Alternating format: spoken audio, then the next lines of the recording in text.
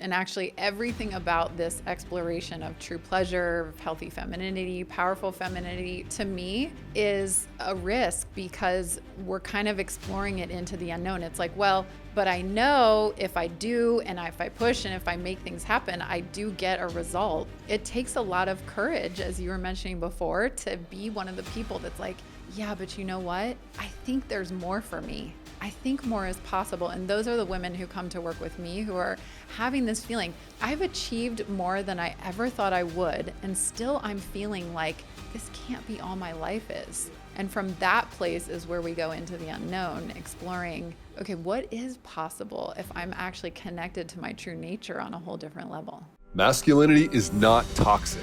Masculinity is medicine. Welcome to the Remasculation Podcast. This show is dedicated to the exploration, celebration, and pursuit of healthy masculinity in the modern world, with a view towards helping end the battle of the sexes and bringing men and women back together by turning the battlefield of the culture wars into a garden once again. I'm your host, Michael Bates, and my mission is to ignite and accelerate the evolution of men everywhere across this planet in our lifetime in service of something greater, our shared humanity. Welcome. And I am blessed, truly blessed, to have the one, the only, the real Sloane on the podcast with me today. Sloane is a former business attorney, having scaled and sold her boutique law firm with almost 2 decades of experience advertising entrepreneurs and companies that range from startups to multi-billion-dollar enterprises. Geez, Sloane. Mm-hmm. Sloane uses this experience along with her own personal journey to develop mastery in her 5 core beliefs framework, guiding women in creating success the feminine way. Today, she leads powerful women to their fullest self-expression and power, supporting them in creating success in all areas of life. I'm going to let you share a bit more about that. We met very recently here in Austin, and you were gracious enough to bring me in to help you with a certain quandary, a certain thing, well, you had a queen retreat. Yep. And I brought some men into your women's thing, and it was an exciting thing. But before we get into that, I have an opening question, as I like to do that I would love to ask you. I hear a lot of women say they're ready for their king.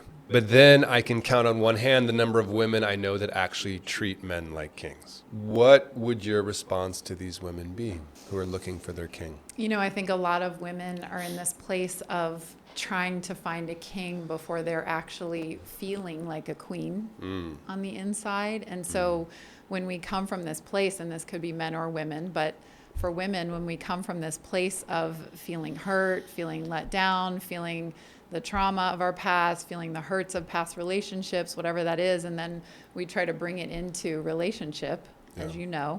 Yeah. That's a really easy track for I'm trying to find someone to make me feel better about myself instead of I'm trying to find somebody where let's do this life adventure together and let's lift each other up while we're doing our own work and taking full responsibility for what we're experiencing and how we're feeling. Yeah. That's a great answer. It's a really good answer, actually. And it dovetails into, obviously, the work that you do. You work mostly with women. And I'm curious if I'd love to give you a chance to give us a bit more about you, what you do specifically, how you do it specifically. There's, bless the world, more and more women's work happening out there. I feel like you guys are, as tends to be the case, sort of beating us to it. And girls do tend to mature faster than boys, so it's natural. It's okay, fellas, we're catching up, we're here, we're doing it.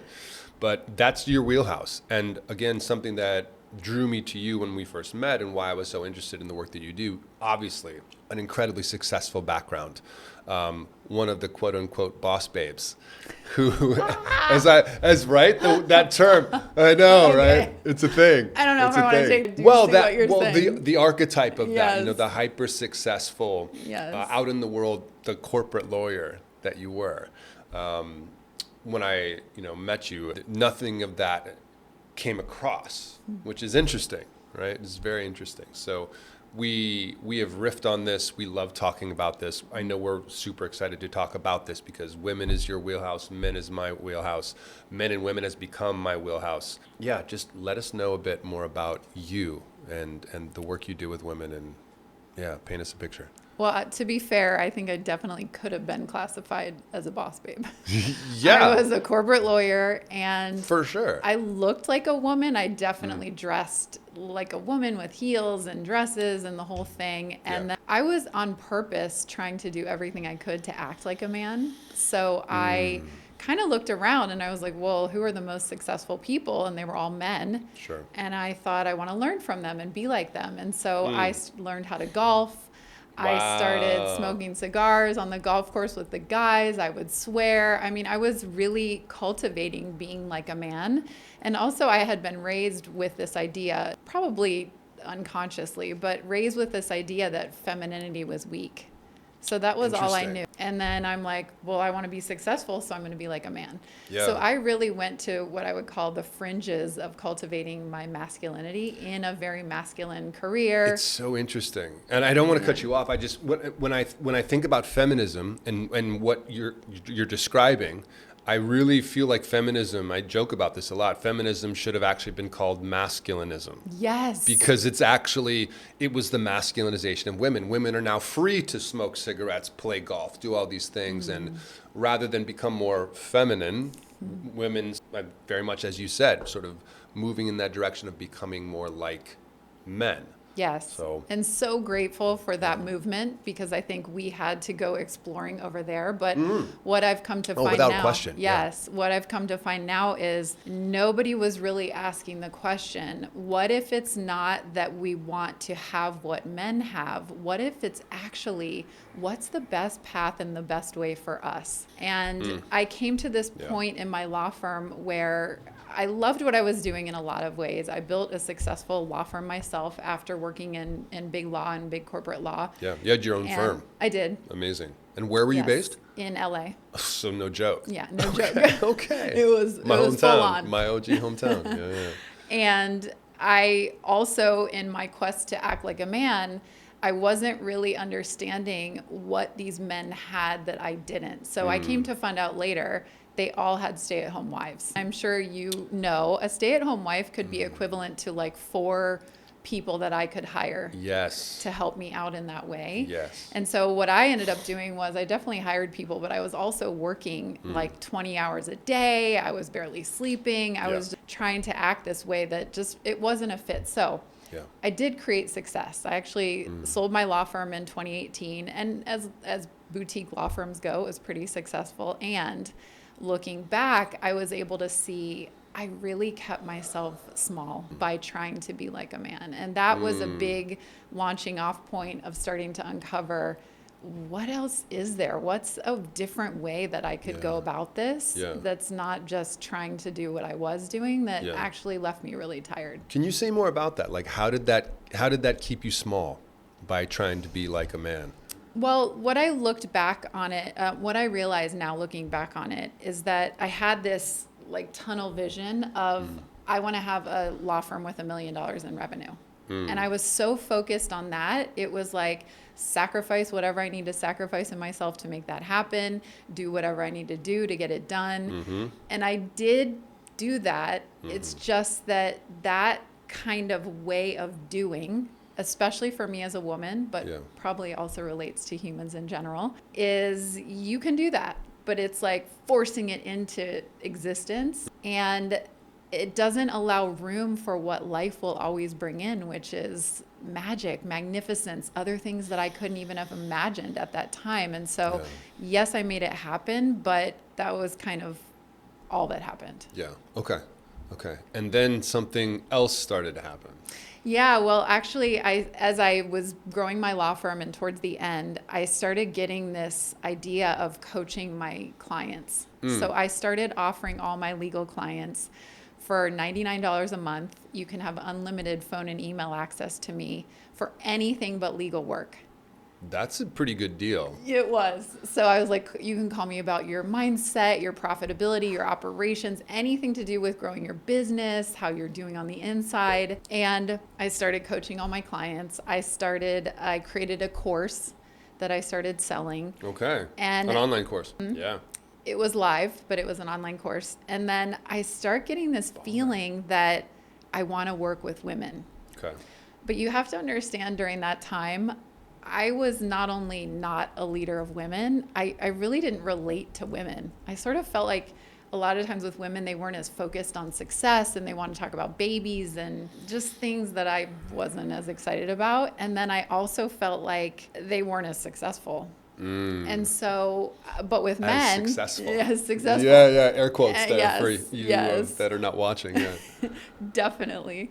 And as for men, it felt like easy, so easy to relate.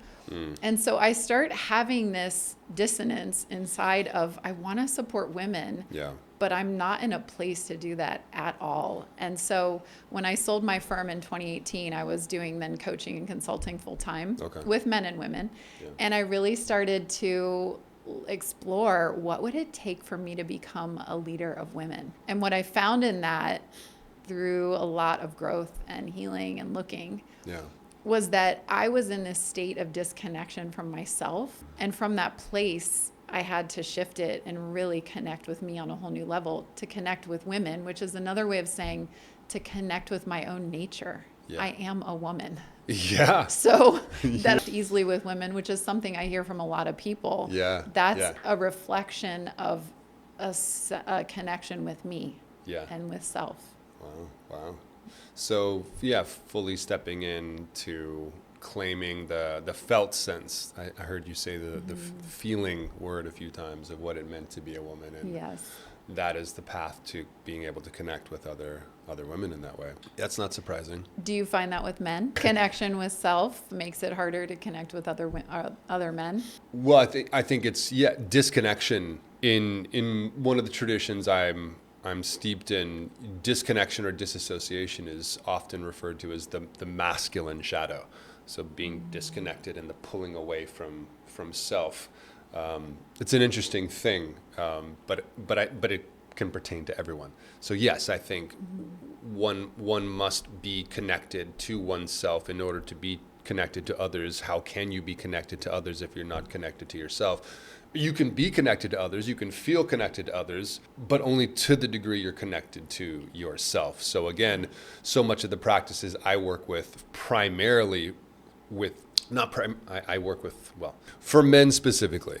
The first initial practices we often get into are practices to deepen connection to themselves and to their own felt sense of who they are, their purpose in life, but also their ability to actually stay present, to stay in their body, to stay here, to leverage their ultimate and primary source of provision, which is their attention, and their ability to focus their attention on things. Men today are so, especially in the manosphere and these other places, so fixated on money and outward derivations of value, the cars, the watches, the bank accounts, but the ability to actually pay attention and to be present and to bring that in as a gift. I think a lot of men just don't realize yet, because they haven't had the experience of the value of what it means to be able to really hold your attention on something or someone for an extended amount of time and not need to do anything with it, just hold and watch it be able to shift. That's something I love about you. What's it's that? So deep, the way you hold your attention and you just hold this connection in the space without needing to do something else. Thank you. It's been a long time coming, because no one teaches us this as men. And even when I learned it, I very much learned it in a tradition where there's kind of a joke in the David Data community called it a data bot. Data, DEIDA, David Data, way the superior man. Amazing. He's incredible and a very interesting guy. And truly. And that there was something about it where it's almost like fake it till you make it. You try to practice being present before you're actually present, and so you try to put on the posture, and there are postures that help you be present. So it was an interesting dance, but being able as humans, but specifically as men, to be able to slow yourself down. I think, when you hear what women are looking for in the sensual or the sexual space from men, the first ask a woman always generally has is slow down, slow down, slow down. So yeah, there's a skill set there, and there's just the realities of things. But this kind of brings us into the section of overlap that we love talking about, and we're obviously already talking about it, which is what brought us together in the first place, the interaction of men and women, and your work with women, my work with men, intersecting for a very special experience at your Queen retreat. And yeah. How was it for you? Because I know obviously I'm going to sort of start us in the middle of things. How was it for you? There were a few moments towards the beginning of when I brought the men in, but when the women were in their small inner circle and the men were seated around them in the outer circle, and getting to see the impact in the space. What was it like for you as someone who had really shared that your intention, if I can remember it, was that I want I wrote it down actually. I want the women to have new levels of clarity from male perspectives when they leave, and to feel like they've been really seen and held by the masculine. What was it like for you in that regard, and did that happen? What happened from your perspective? Well, I'll speak on a high level about it. Sure.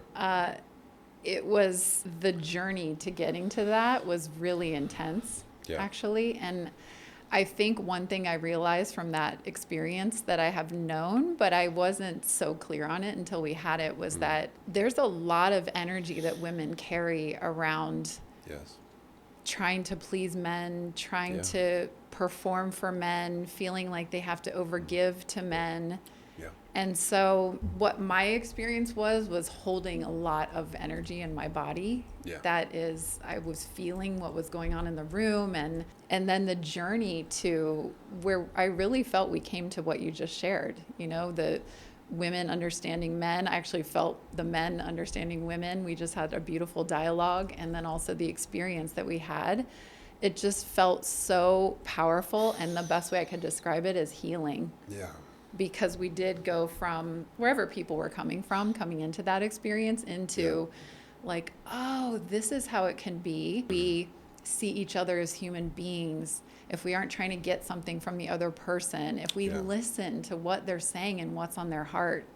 One of the biggest things that I took from that was this idea of men feel like they're in this war. And it might not be an actual physical war. I mean, for some men it is, but it might not be that for most men. Yeah. But that battle and that like trying to, whatever in their life that means, and the value of having a woman who could be like, I'm here for you. I can hold this space for you. I can bring you love and pour that all over you for whatever you're going through. I just, that really felt profound. And even for me, interacting with my daughter's dad, we raised my daughter together. I could feel a shift in understanding who he is and where he's coming from that is different than what I've understood before. Wow. So the experience had an impact on you as well. Yeah. Yeah. So just to give some context to what we're talking about here, right? Like my listeners know that, sacred union is something that I do. And workshops that I run, and with my collaborators here in Austin, with Amy and Ellie and Rob and Mark and the team. And that for men, in all of my experience as a man and in all the men that I've worked with, the thing men need, and I mean like food, water, shelter, intimacy need, is a good fight, like a good mission, like something really worth fighting for. And the difference between a good fight and a bad fight is, it really does feel like men are fighting a war. And I really believe that in some ways that's very true. And so that prompt that I brought in for the men to share with the women of what's the war that you've been fighting? What's the war that you've been fighting? And for these men to get to share with these women who they've never met, who they've never seen before, and will probably never see again. And so there's a lot of alchemy. There's a lot of, I'm not sure how else to call it, the magic that happens when you bring a group of men into a group of women in a very special way, with a view towards something greater being created, and the healing that's able to happen.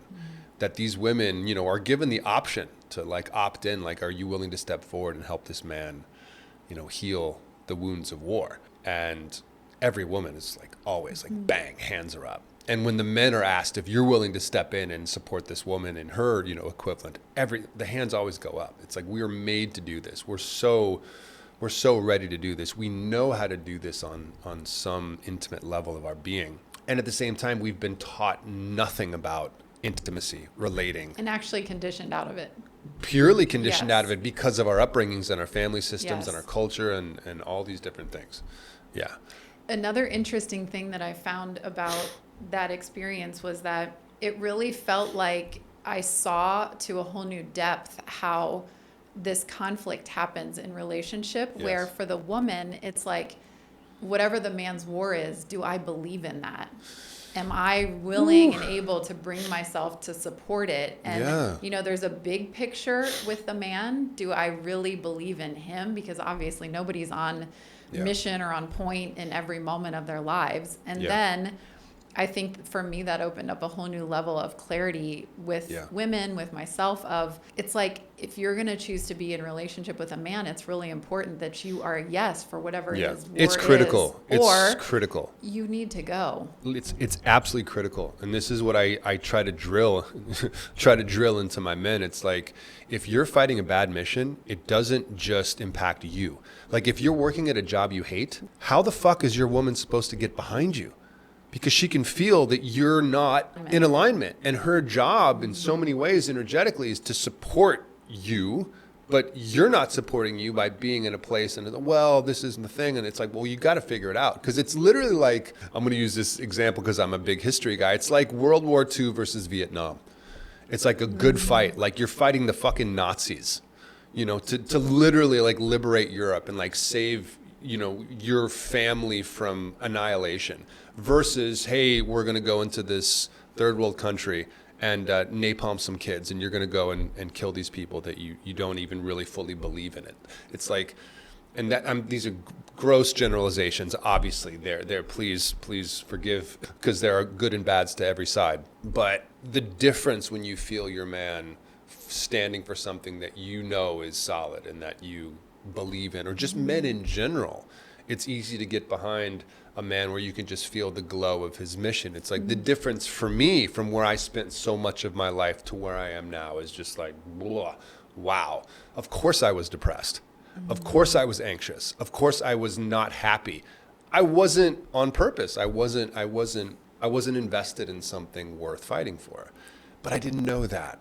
And so it doesn't mean that any of us are bad or wrong. It's like, there's just, we haven't been taught this stuff, and That's right. And it's coming, and it's here. And the alignment piece is so important for women also. So my 5 core beliefs framework that you mentioned, one of the core beliefs is I choose alignment in this moment. And for a woman, when she's not choosing alignment, that's where we can start to see things like picking at a man over everything about what he's doing, being completely unhappy in her own life and her own choices, overgiving, overdoing it, feeling depleted, tired, exhausted, waiting for the day to end so I can have some wine and check out on Netflix, whatever all those things are. It's a way of not being alive. Yes. And so how it plays out in the intimate relationship is so dark, because we're not realizing this isn't about you. It's not even about the union. This is about what's going on in me. And if I'm not aligned with the truth of who I am, all of this doesn't have a chance. Yeah. And you're a wilting flower on the vine. Yeah. And that's going to impact him, which is going to not, because you're not alive. The source of life itself, the feminine, is not alive.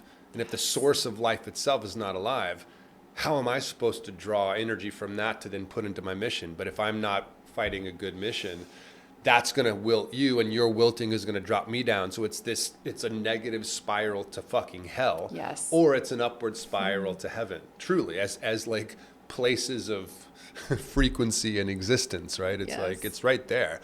And which is why it's so challenging, because one person has to be willing to break the cycle. One person has to be willing to take the risk or jump off the cliff or do something radical, because otherwise it's that spiral that something has to come and like pop the energy out of that experience. And so I think, I want to really acknowledge your women and what they were willing to do to step into this work. I say this to my men as well, whether they're in my initiatory programs or my one-on-one work. It's like, it takes fucking guts to come to the place in your life where you realize you can't actually handle it on your own. Because guess what? None of us can, and we're not supposed to. We're social animals. We need each other. And so getting to see the work you've obviously done with these women and their boldness and bravery to stay in that room, because they didn't know we were coming, right? No. And then these men come in and they're like, what? So yeah, I mean, this work is here. It's happening. There's obviously, I work with women, and I work with the Women of Desire and Fire, Amy and Ellie, and their program, and getting to come in and work and support you and various other work in the world is just such a gift to be able to do. How, let me see where I want to, yeah, how do you, this queen thing, right? This queen thing that you're up to. You've got these 5 principles, right? You just mentioned The one. core beliefs. The core Yep. beliefs, yeah, thank you. How does that help women become queen-like, and what does that even mean today? Because, right, it's such a common trope now. I'm a king, I'm a queen. It becomes so common now. It's starting to be degraded in the sense of what it actually means, the value of it. It's like it's gone from a capital Q to a lowercase q, and maybe there's even some added vowels in there. Who knows? But what are you holding, and why are you holding it, and what's So this whole idea, the 5 core beliefs, is actually based on my journey of what came from where I left off on the story about realizing there had to be a different way. And I started to explore anything I could about what are the other ways to create success. I was working with a coach on a really deep level about, especially with energetics and paying attention to your body, at which point I realized I was completely cut off from my physical body. I was basically living like head up only, which I think a lot of women are, especially successful, driven women. And well, so most men are. And if you're trying to be like a man, and that's the way most men are, is head thinking versus feeling. yes. And I'm also talking about feeling your entire body. Yeah, oh yeah. So I start exploring all that, and I'm starting to experiment with and coach people in something more than strategy, business strategy, using your head and trying to figure it out and make a plan and set a goal and get it done. And so as I did that, I started to uncover not only other ways of creating success, but really diving into, well, how could a woman create success using femininity in a way that's different than men? So the thing about the 5 core beliefs is that they're not really logical or linear. And when I first start talking about this with women who are successful and doing great things, it initially feels like this huge slowdown.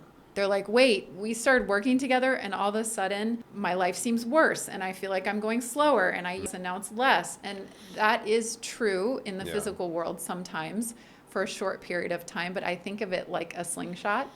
You know, you have to pull it back. It feels like you're going backwards, but now you're getting ready to like really launch forward. Yeah. And that is the experience with the 5 core beliefs, because this is a new way of orienting yourself towards life. It's like, you know, in LA, there's the big telescope. Yes. What is it? Griffith Park? The Griffith Park, yeah. Yes. Griffith Observatory. Yes. Yeah. And it's a giant telescope that is fixed into the ground. So it's normally pointing at one area in the sky, and then you can swivel it around and point at another. And what I've found for a lot of women is what they're really wanting most in their lives is, why do you want success? Why do you want to have impact? Why do you want to be married? Why do you want all these things that you're working towards? Is actually, you want to feel connected. You want to feel alive. You want to enjoy your life. You want to really be present with the people you love the most. So while the telescope seems to be pointed at, I want to create success, I want to have more money, I want to have this kind of relationship or these kids or whatever, what people are actually wanting is something different. And so the 5 core beliefs are reorienting yourself towards what you really want first, which happens to cause your highest levels of success, impact, connection. It actually, there's tons of research that shows when a woman is feeling good on the inside, that's the place from which she creates all these things that she really deeply desires in life. And becomes deeply more attractive on the outside as well. Yes. Yeah.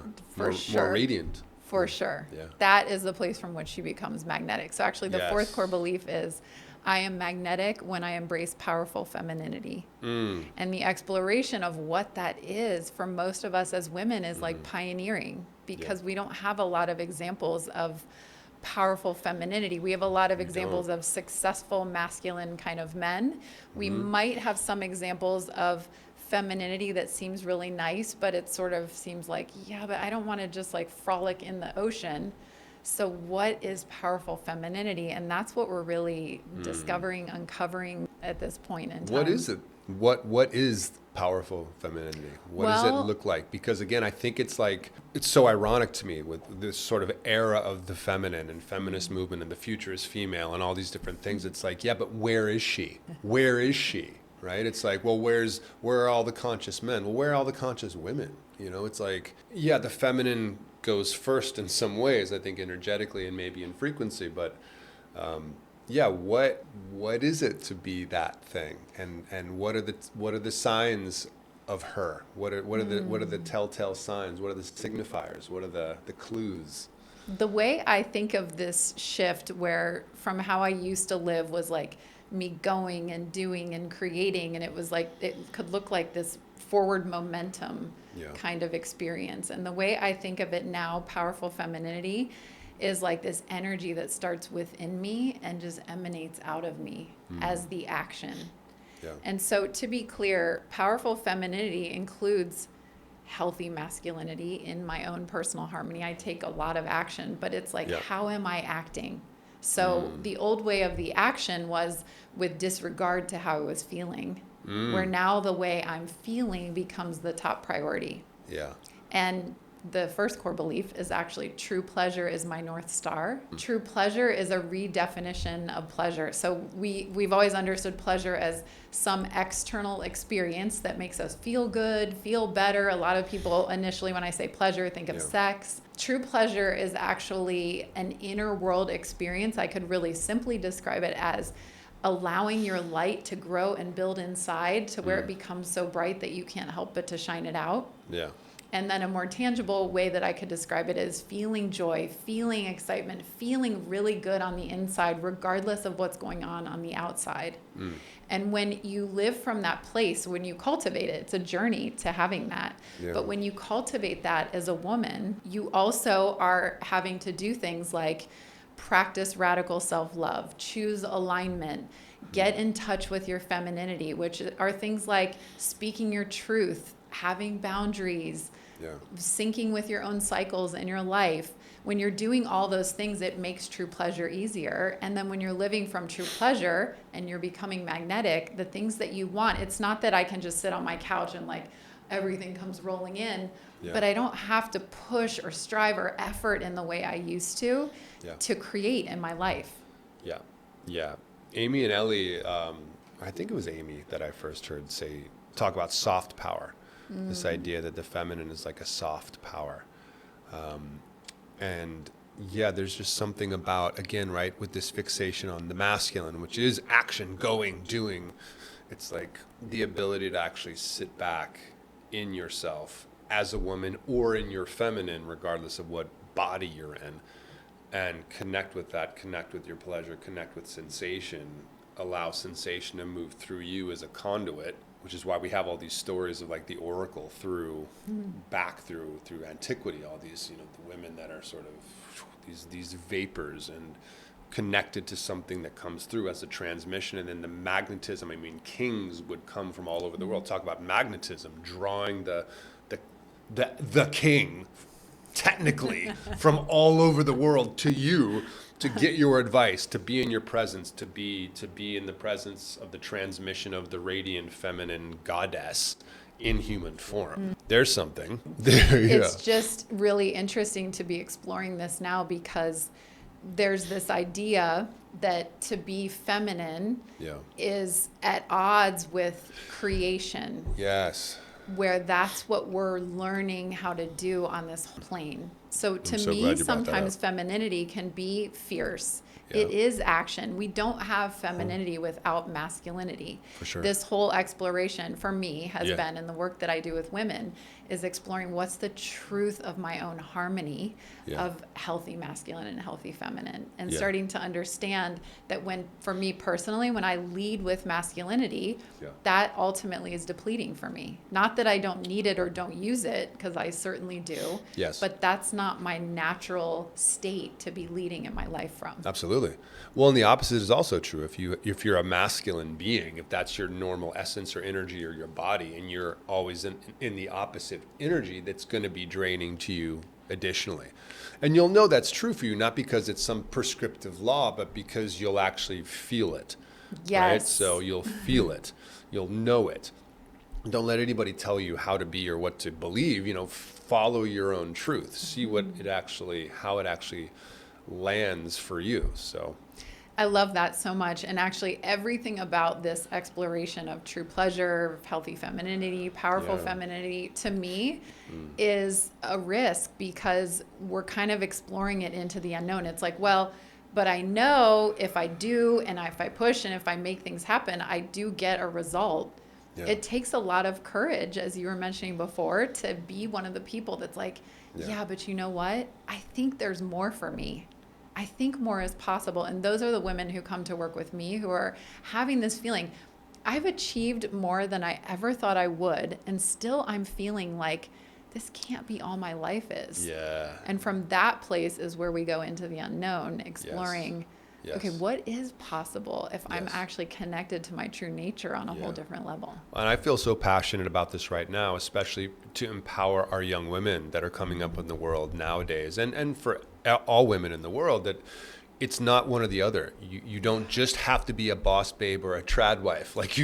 It's not, you stay at home in the kitchen barefoot, pregnant, and make babies for him all day, or you're at work making money, doing your thing. It's like, you can do both. And through the nature of the feminine, right, you mature quicker, but you also have less time to maybe be able to do both than men do. We mature later. We can obviously sire children ask Al Pacino, right? I think he just had a child at 80 or something. Wow. So it's like, if you want to do both, you can. But just be aware of sort of the timing of things, and you might not want kids, but by your late 30s, your body's probably going to start talking to you about something. Who knows? Maybe not, but I just feel excited, because it feels like, in a way now, feels like the feminist, the feminist moment. I like that. Where it's starting the whole thing, right? Like, it's gone full masculine. We've gone like full Hillary Clinton, like that sort of, or Madeleine Albright, or some of these, like women that have ascended to the highest pinnacles of leadership or what have you. Women in sports, all these different things. But like, now what's available? You mentioned the pleasure practice. Again, this is such a central tenet, it feels like, of the feminine path, the pleasure that comes through the body, the life. Feeling. Feeling. Yeah. Yes. Can you it's tell? facing. Yeah. Can you talk a bit more about that? Yeah, I just think that we're so afraid. Women are so afraid to feel, and have been Men as well. conditioned. Okay, all of us. Maybe more. All of I don't us. know. We can have an argument. Yes. Yeah, we are. Why is that, do you think?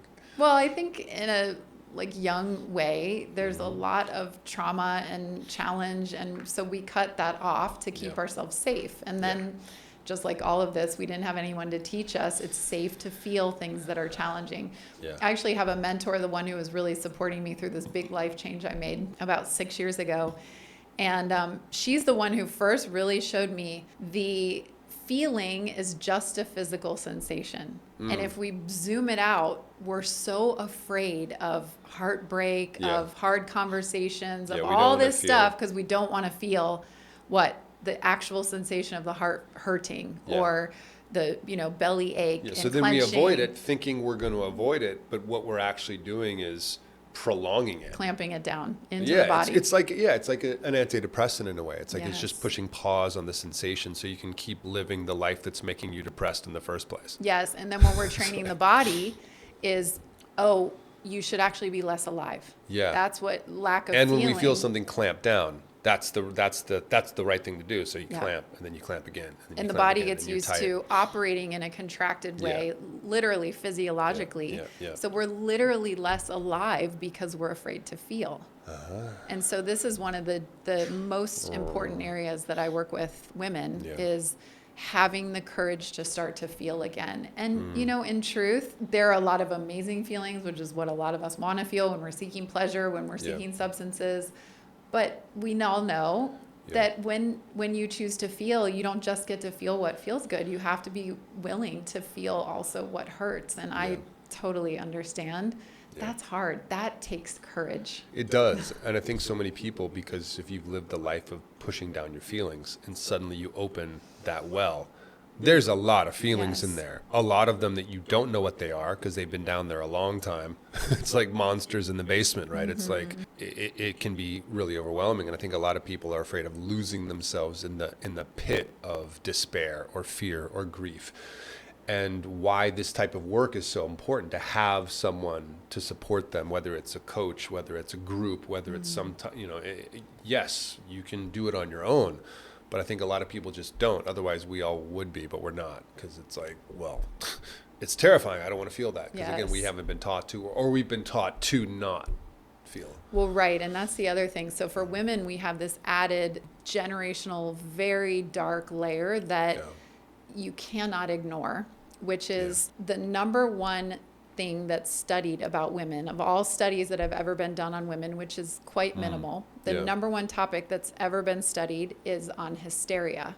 And if you think about it, hysteria was a bunch of men, the average like this, and women who go outside of that are hysterical, and we're going to study why. What is that? I mean, so not only have we been taught that our range of emotions is wrong, we could have been institutionalized by our husbands. We could, a variety of things happen to women, which you know about. And then how does that play out in our world today is like, okay, in business, if you are emotional, that's considered crazy, out of control, bitchy, and not dependable, all the way into families. You know, there's a common thing, I think, for women to say like, oh, I don't understand women. They're out of control. They're always changing. You can't understand. So we have that like cultural narrative along with women who haven't been taught how to express emotions in a healthy way. And now it's like that has to be one of us when we go to start feeling the emotions.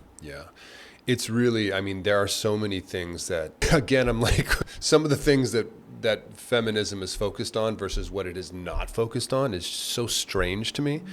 And that's certainly one. The other one that I'm just like waiting for women to reclaim is childbirth. Like, what the fuck are we doing? That was always women's work. Men weren't part of that.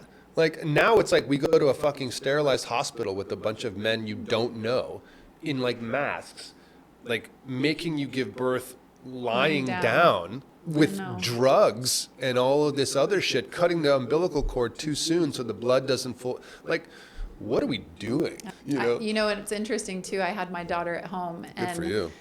When I was doing that, which was 14 years ago, the commentary about it. I mean, we had an OBGYN doctor friend call me and tell me I was making the biggest mistake of my life, and people, they're so scared. And luckily, I'd seen this movie called The Business of Being Born. Have you heard of it? Ricky Lake. Ricky Lake. And she showed how it's actually just as dangerous or safe to give birth at home as it is in a hospital for different reasons.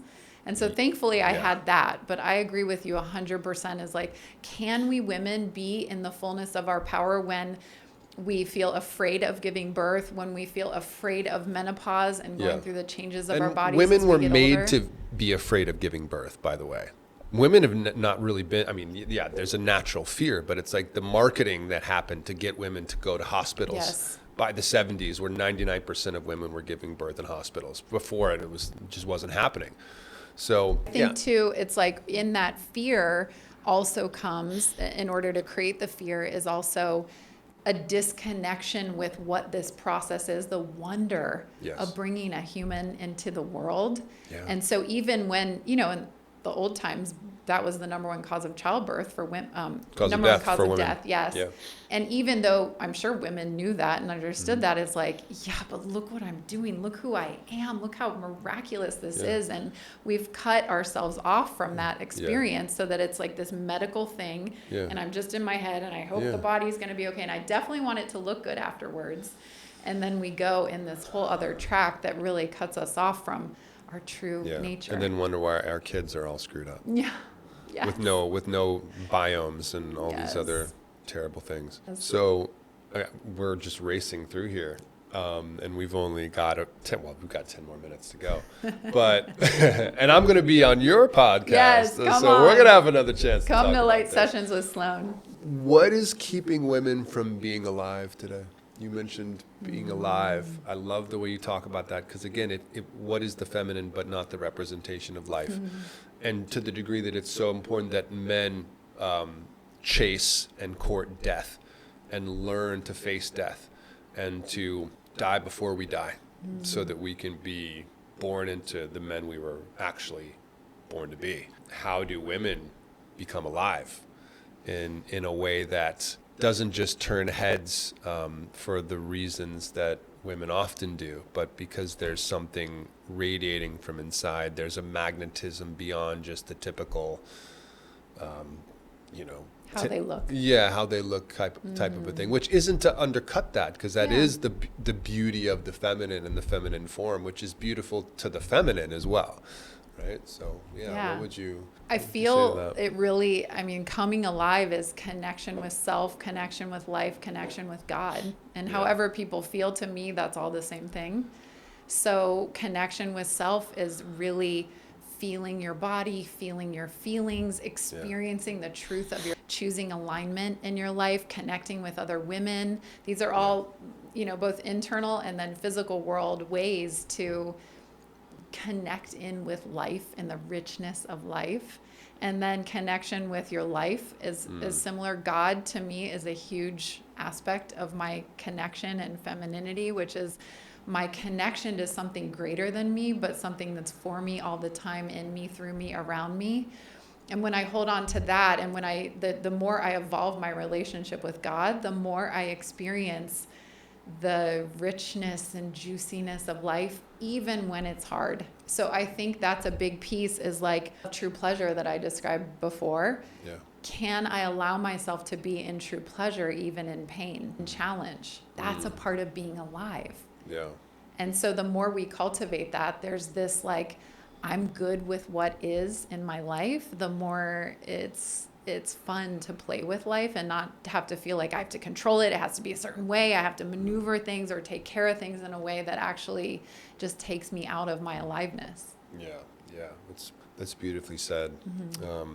I'm wondering what's the first thing you invite women to do, right? If they, in that process, what's the practice? What's the game? Is it just give them a pelvic wand and send them home, and with the assignment of self-pleasuring every day for the next week? And maybe that's a part of it. Obviously, that's one of the more overt pieces potentially. But how do we, men, women, how do we come back to pleasure, especially if we've grown up in this world, as we all have, where maybe as young ones, right, we were all pleasure. We were little orgasms just running around, and those moments are pushed down or sort of were made to feel wrong. How does one come alive again as a practice? Well, I haven't given anyone a pelvic wand yet. But I do like that. For me, the first step is actually a conscious acknowledgement.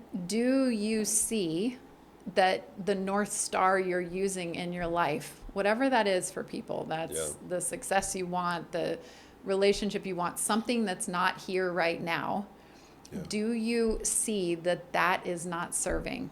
Yeah. And do you want to embrace true pleasure as your North Star? That is, do you want to say, I am going to reorient my life so that the way I feel on the inside matters more than what's going on in the outside, in service of actually creating everything I really want?